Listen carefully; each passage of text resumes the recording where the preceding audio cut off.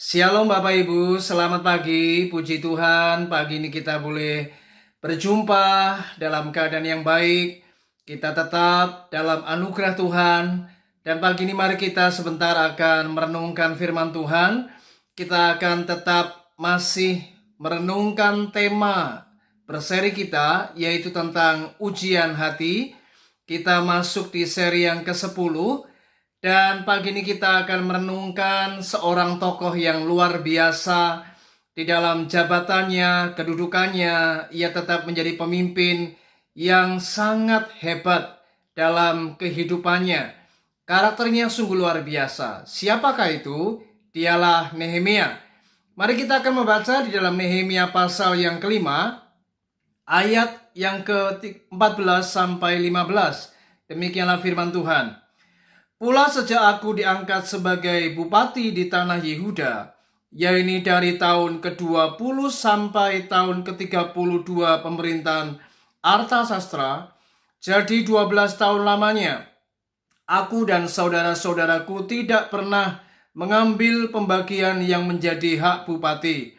Tetapi para bupati yang sebelumnya, yang mendahului aku, sangat memberatkan beban rakyat. Bupati-bupati itu mengambil dari mereka 40 sikal perak sehari untuk bahan makanan dan anggur. Bahkan anak buah mereka merajalela atas rakyat.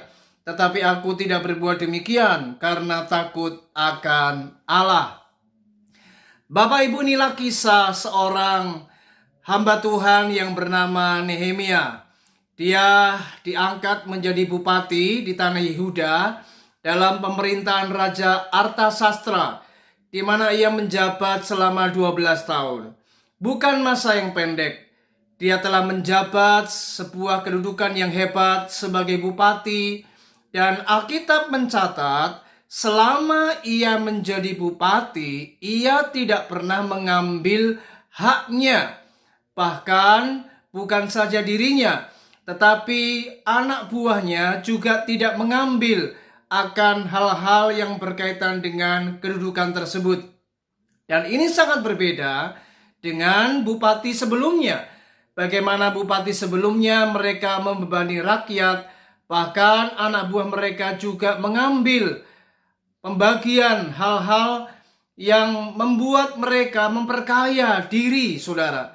Dan inilah yang sangat membuat sebuah perbedaan yang sangat jauh antara bupati di zaman sebelum Nehemia menjabat dan ketika Nehemia menjabat sebagai bupati.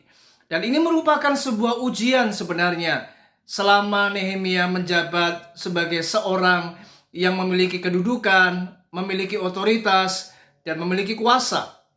Dan ternyata Nehemia adalah orang yang tidak pernah memikirkan kepentingan dirinya sendiri. Ia memikirkan kepentingan rakyat. Dia fokus kepada pembangunan bait Allah. Saudara, mengapa Nehemia bisa berlaku seperti ini? Padahal para pemimpin dahulu, mereka dikuasai dengan roh keserakahan. Mereka dikuasai dengan yang namanya popularitas. Dan mereka mencari nama, Bapak Ibu. Tahukah Anda apa yang membuat hati Nehemia ini berbeda dengan tokoh-tokoh para pemimpin yang dahulu, para bupati yang dahulu? Karena sebenarnya kuncinya adalah dikatakan tadi di dalam ayat yang ke-15, karena ia takut akan Allah. Inilah rahasia yang besar yang dimiliki oleh Nehemia. Bagaimana ketika ia diuji dengan berbagai godaan-godaan yang membuat sebenarnya dia bisa melakukan manipulasi, melakukan korupsi, saudara. Tetapi ia tidak melakukannya. Ia tetap memiliki integritas. Ia tetap memiliki kejujuran. Ia takut akan Allah dan menjauhi kejahatan. Dan inilah yang sebenarnya Tuhan suka dari kehidupan Nehemia. Karena hatinya bersih, hatinya tidak dikuasai dengan ketamakan, hatinya tidak dikuasai dengan roh keserakahan. Dan ia tetap di jalur yang benar. Dia tetap ada di jalan, track yang baik. Dia melakukan kehendak Allah di zamannya. Nah, bagaimana dengan kita hari ini? Sudahkah kita menjadi pemimpin-pemimpin yang jujur? Sudahkah kita menjadi orang-orang yang dipercaya dan memiliki integritas dalam kehidupan kita?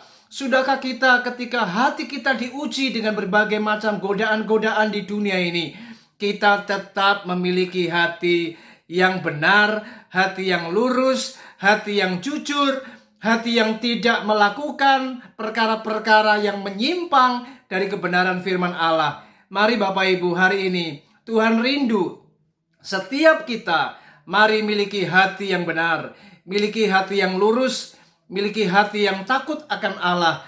Itulah yang membuat orang-orang seperti ini diperkenan oleh Tuhan. Karena mereka telah lulus, mereka telah berhasil di dalam setiap ujian demi ujian, godaan demi godaan yang bisa saja menjatuhkan mereka setiap saat. Tetapi orang-orang yang takut akan Allah tetap akan memiliki prinsip, aku tidak akan pernah melakukan hal-hal yang melanggar firman Tuhan. Kiranya renungan ini memberkati kita, dan selamat bekerja, selamat beraktivitas, dan ingat, jaga hati kita baik-baik. Hiduplah yang lurus, hiduplah yang jujur, dan takut akan Tuhan. Haleluya. Shalom.